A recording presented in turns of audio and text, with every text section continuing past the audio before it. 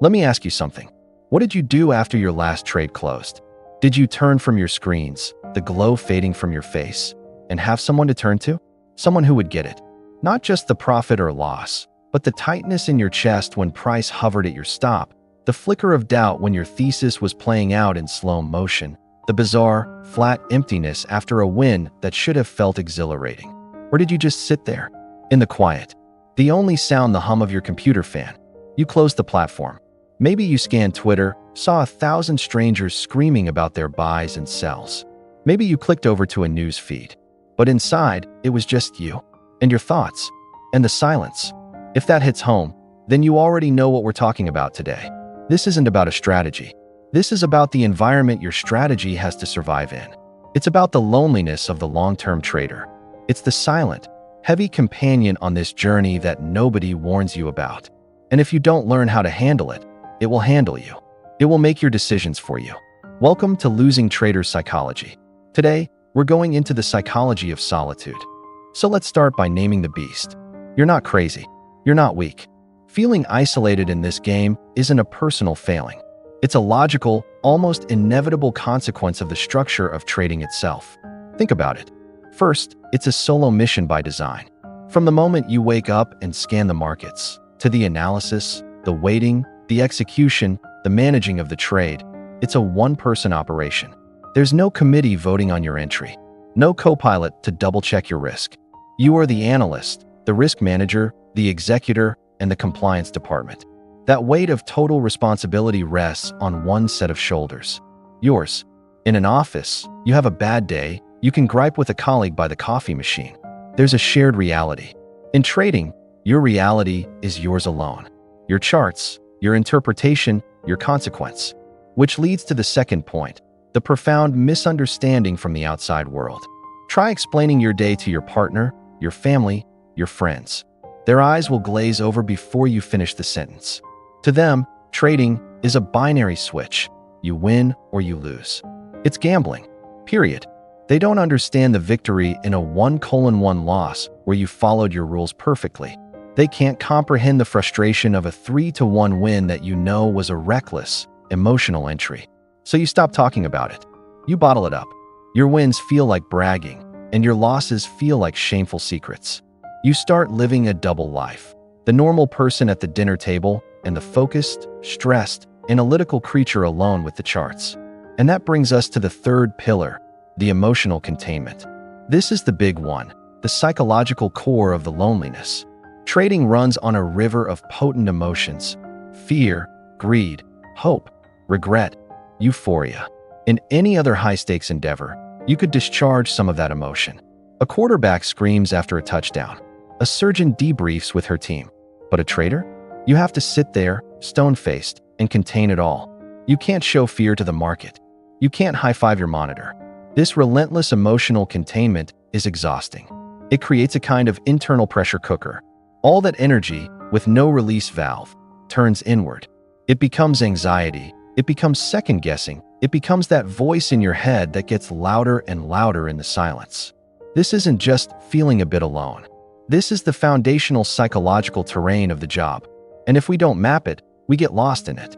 Now, why should we care? So you're a bit lonely. Big deal. You're tough, right?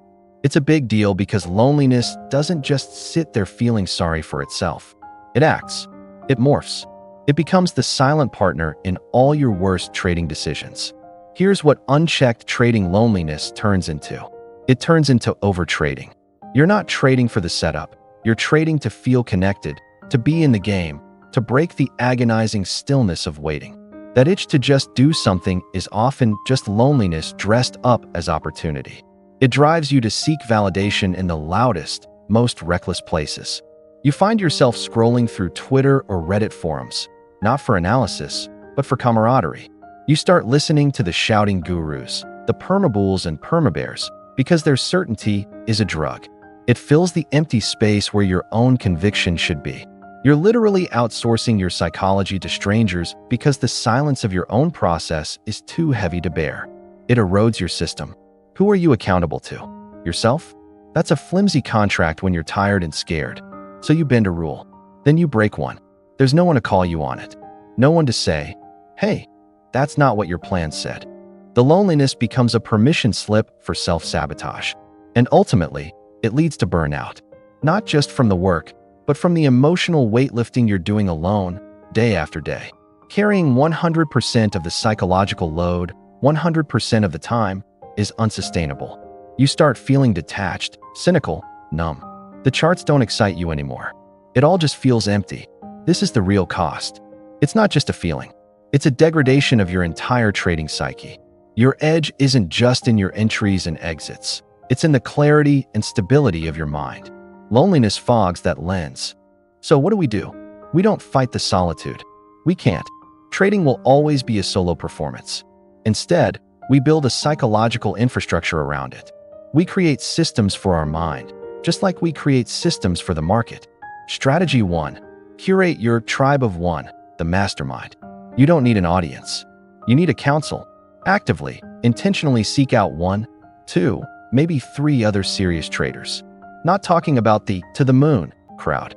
I mean people who understand drawdowns, who respect risk, who talk in terms of process. The goal here is not to share trade ideas. That's a trap. The goal is to share psychological reality. To have a safe space where you can say, "Man, I'm really feeling impatient today," or "I'm having trouble sticking to my size," without judgment. Set rules. Make it a weekly check-in. Talk about your biggest psychological challenge of the week. Talk about a mistake you made and what you learned. This creates external accountability and, more importantly, shared humanity. It tells your brain, you are not a freak. This is hard for others, too. This is your lifeline. Strategy 2. Systematize your external voice. You have to get the thoughts out of the echo chamber of your own skull. Your journal. This is your number 1 tool. But I'm not talking about bot pust at 1.2350. Stop at 1.2300. That's a log. A journal is a conversation. Write entries as if you're explaining your thinking to a trusted coach. I'm taking this trade because X, but I'm worried about Y. My emotional state is Z. Even more powerful, write letters to your future self. Before a big trade or a volatile event, write down your reasoning and your fears. Read it afterwards. It's a mirror that doesn't lie. The verbal debrief. At the end of your trading session, turn on your phone's voice recorder. For 2 minutes, talk. Summarize your day. Today I felt. I did well by. I struggled with. The act of speaking forces clarity and creates a definitive end point, a ritual of closure that the market never provides. Strategy 3. Create clear role boundaries. You must compartmentalize to protect both your trading and your relationships. With loved ones, have a gentle, pre-prepared script. I appreciate you asking about my trading. The best way for me to stay focused is to talk about the bigger picture, maybe once a month. The day-to-day is just me following my plan. This isn't shutting them out. It's protecting them from volatility they can't understand and protecting your process from their well-meaning but emotionally driven reactions. With the world, be ruthless. Mute the noise. Unfollow accounts that trigger FOMO or anxiety. Your focus is a sacred space. Defend it. The chatter of the crowd amplifies loneliness because it's a connection to nothing real. Strategy 4. Anchor in a non-trading identity. This is non-negotiable. You are not your P&L. You must have parts of your life that are untouched by the markets. Schedule hobbies that use your hands, your body, things where you are a beginner, where there are no charts. Woodworking, running, cooking, playing music. Be fully present with family or friends, with a strict no shop talk rule. This serves a critical purpose. It shrinks trading down to just one part of your life, not the whole of it. When you have a bad week, you can step back into these other identities and remember, I am also a guitarist. I am also a cyclist. I am also a friend. This is your psychological shock absorber. After all this talk about managing loneliness, I want to offer a final perspective shift. What if we've been looking at this wrong? The greatest traders in history operated in profound solitude. They had to. Herd thinking is where edges go to die. This quiet you feel, this space around your decisions, it's not emptiness.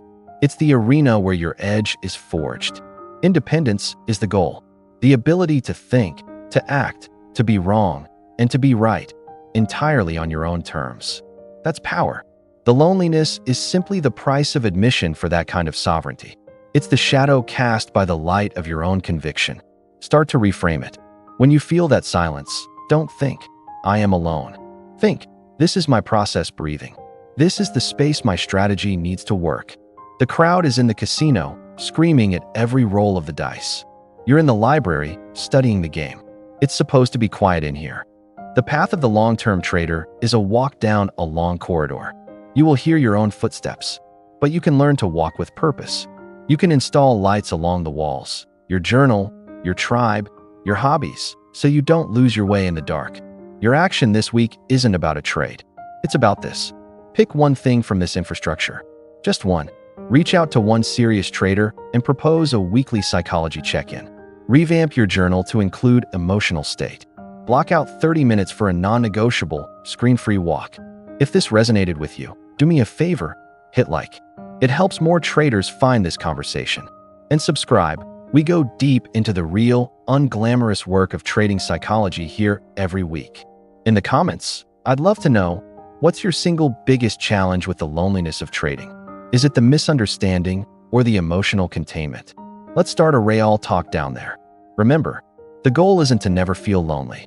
The goal is to build a mind so structured, so anchored, so self-aware that the loneliness never gets a vote on your trades. Thanks for watching. Until next time, trade well and take care of your mind.